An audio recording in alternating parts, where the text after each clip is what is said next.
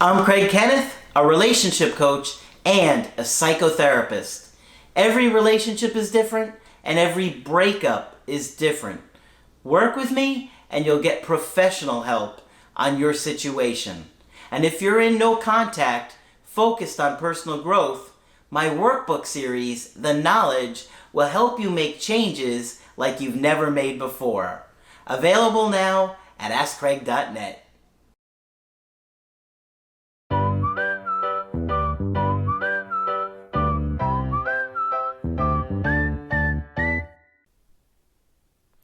Hi there, I'm Coach Craig Kenneth, and in this video I'm going to be talking to you about if you don't let go, they can't come back. One of the tough things about going through a breakup is letting go of your ex.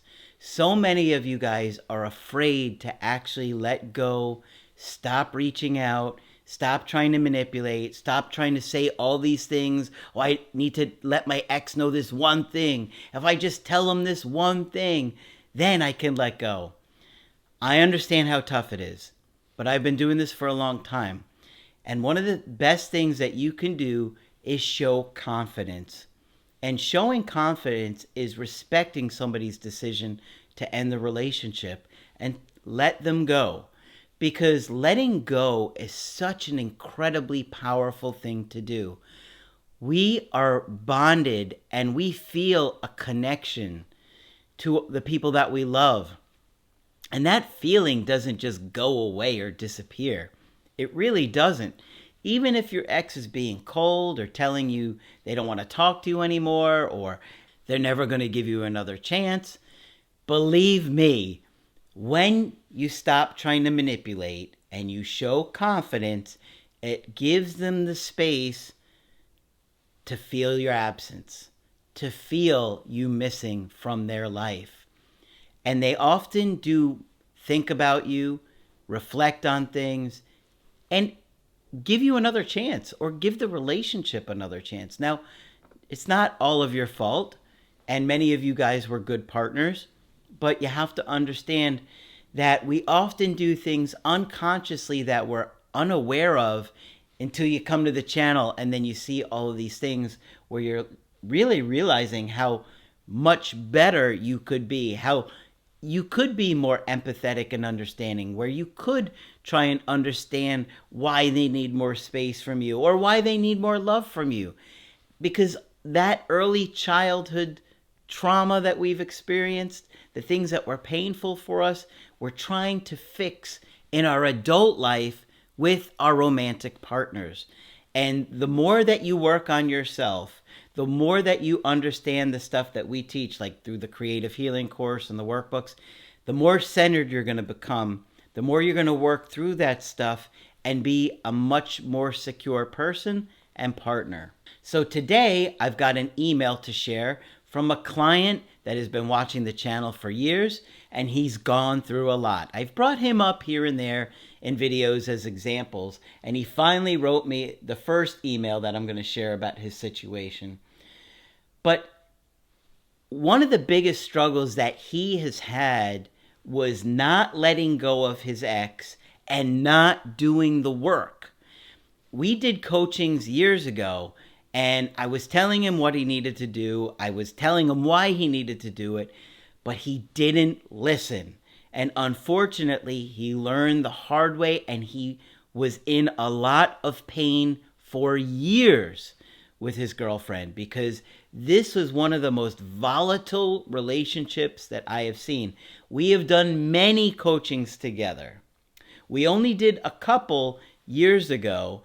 He wasn't ready to do that work. And even now, it's taken me a bunch of calls to really break things down for him on what he's not doing and why it's not working. Because he was in a very unusual situation where him and his ex were constantly seeing each other. They were having lots of arguments, back and forth. They were fix things and she wouldn't want to do it. But he wouldn't listen to me. Every time I would be like, you are not following instructions. I told you this is what you have to do. And when he would listen to these strategies, it would start to get better. But because he hadn't worked on himself, he would go back to his old behavior, and before he knew it, they'd be breaking up again. So this is his story, and I'm really glad that he is going to share it with you guys. Like I said, this is a client that I've done a lot of coachings with, so I know his story very, very well. He said, "Hi, everyone. I want to share my experience about what happens when you don't do the work during no contact. My ex and I were together for 5 years, and during that time, we both broke up multiple times." I said they were on again, off again, and believe me, it was frequent, especially this particular year. But when they weren't officially broken up to officially back together, so that's why he's saying there was only a couple of breakups or multiple times. But it was one of those situations where she said she was done, then she'd come back a week later, then she'd say she was done, and this is the kind of thing that they would go through all the time. Each time I thought I could win her back by just being around, by not letting go. Now, guys, if you listen closely to what I tell you in the videos, I say you have to let them go to get them back. Many of you guys don't follow all of the strategies that we give in the videos. You take some of them and then you decide to do what you want. And a lot of the times it's things we haven't said on the channel, and it makes things worse. Now, you guys are adults. You can do whatever you want to do. But you can see time and time again, look at the comments, when people try a handwritten letter, what happened to them? Or a clean slate message, what happened to them? Do those things work occasionally? Yeah. But like I say, a broken clock is right twice a day. So trust the stuff that you see on the channel. And if you have any confusion or doubts, do a coaching with us. Let us talk to you about it so you make an informed decision before you wind up going through another breakup. He says, "It's been my biggest regret because the consequences have been severe. Losing her, the physical and emotional pain, and feeling stuck in a cycle I couldn't break." Now, we're talking about years this has been going on. "I remember a few years ago we had done a coaching together, but I didn't commit to doing the work on myself. I thought I could fix things between us without addressing my own behaviors and insecurities. It was the same pattern every time. I would act out of fear, cling to her, and she would push me away. Each time we broke up, I would panic. I would call her repeatedly, show up at her house, and let my emotions spill out in desperate ways."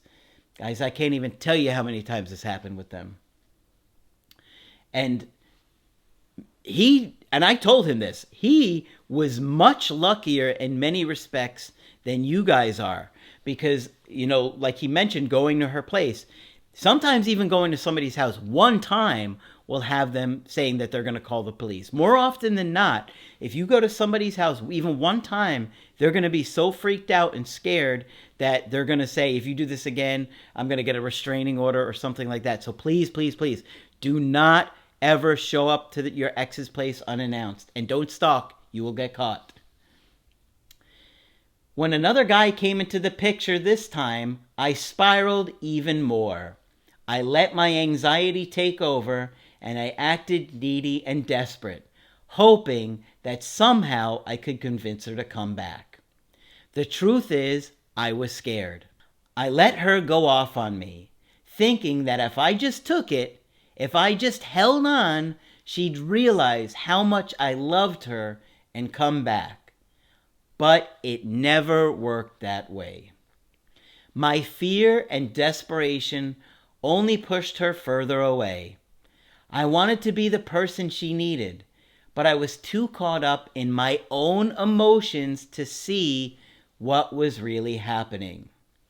Earlier this year, we started coaching again, and I hadn't changed. And I told him, I know that some of you guys need some tough love to get you on the right track. And understand, as a clinician, that's a different role. But when I'm coaching, I'm trying to use, the skills of a therapist, but also I have to use what time we have together to get you on the right track. I was still repeating the same patterns, still hoping that just by being around, I could fix things. Craig was tough on me, trying to get me to see things more clearly, to break the pattern I'd been stuck in for years. It wasn't until I really started doing the work, the hard, uncomfortable work of looking at myself and my behaviors, that I began to see a difference. And this is what I was saying at the start of the video. When he would start to listen to the things that I told him and he was doing the work, things would get better between him and his ex. But then he would go back to all those behaviors that he mentioned and it would get worse again. There were moments where I would start to pull away from her and she would start chasing me a little bit, saying things like, "I don't like it when you are so whatever about us." See, that's that confidence. He's not desperate. He's not eager. His attitude is, okay, I'm okay with if you're with me. I'm okay if you're not with me. That is true confidence. Or, now that you don't care as much, why do I want to be with you now?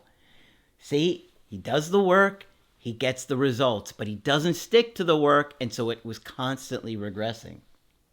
It has been going on for months, from February until November, and not sure if it might still go on. Well, based on their dynamic, I'm sure she'll reach out to him in a couple of months, maybe Christmas time, but he needs to really level up and do this in order to break that cycle. It's not easy to do.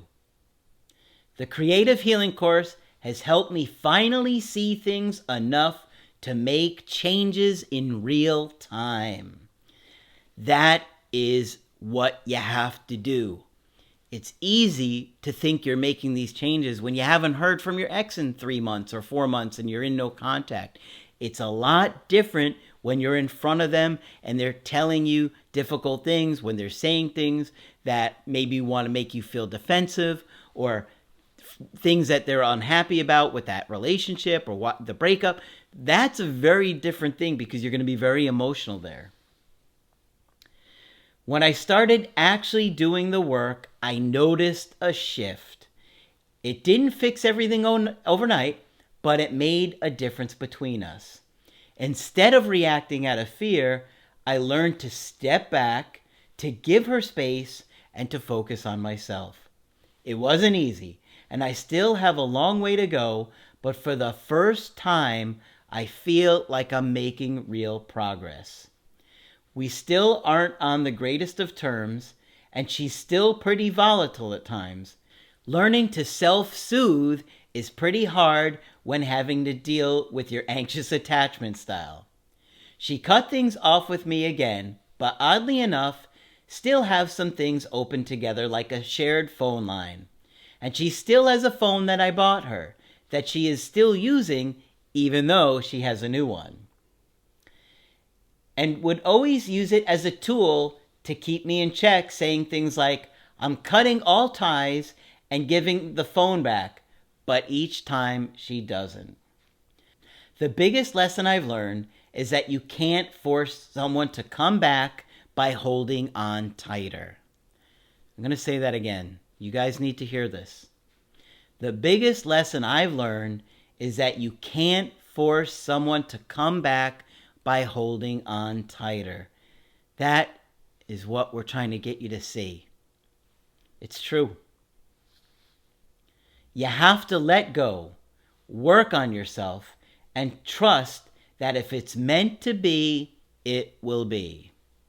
I wish I had done the work sooner, but I'm grateful for the chance to learn and grow now. If you're in a similar situation, I hope my story can help you see the importance of doing the work, not just for your relationship, but for yourself. Please save yourself the humiliation of coming off desperate. In the end, you'll just feel more embarrassed of yourself. It always feels better when it comes from a place of strength. So, he may do follow-up emails. I hope he does. I've asked him to do some others and work on some others to share with you guys because I know his story so well. But this is something that I've seen many, many times over the years. If you're only focused on no contact, you're only prepared for no contact. You're not prepared for your ex coming back. You're not going to be able to implement the skills to have a healthier relationship. You're not going to be in a better place, more confident, more secure, and a better partner to turn things around. That's why we're always focused on helping you guys understand this stuff. So please focus on personal growth. Get into therapy. Do those workbooks. Do the creative healing course, 30 minutes a day. You're going to see major changes within yourself and your ability to see things more clearly and do things different in real time. I can tell you that when he was working on himself, he would do things different in real time. But as soon as things got just a little bit better with her, he would stop doing the work because he thought it was going to turn around. And then it would regress immediately, and we'd be doing another call a week later. And we did many, many calls together. So I can tell you that when you do the work, you will see the results within yourself. I know many of you in the beginning only do these things to get your ex back. Ultimately, you want to do it for yourself. But if you have to start with trying to get your ex back and that's what motivates you, fine, I'll take that. But shift over to doing it for yourself because you really want to be the star of your own movie. And your life is your movie. Okay? So hopefully this one's been helpful to you. If you want to get my help personally, you can do that on my website, askcraig.net. I do email coachings and I do Skype. You can get my creative healing course and my workbooks only on my website. But that's it for this video. I'm Coach Craig Kenneth, and I will talk with you soon.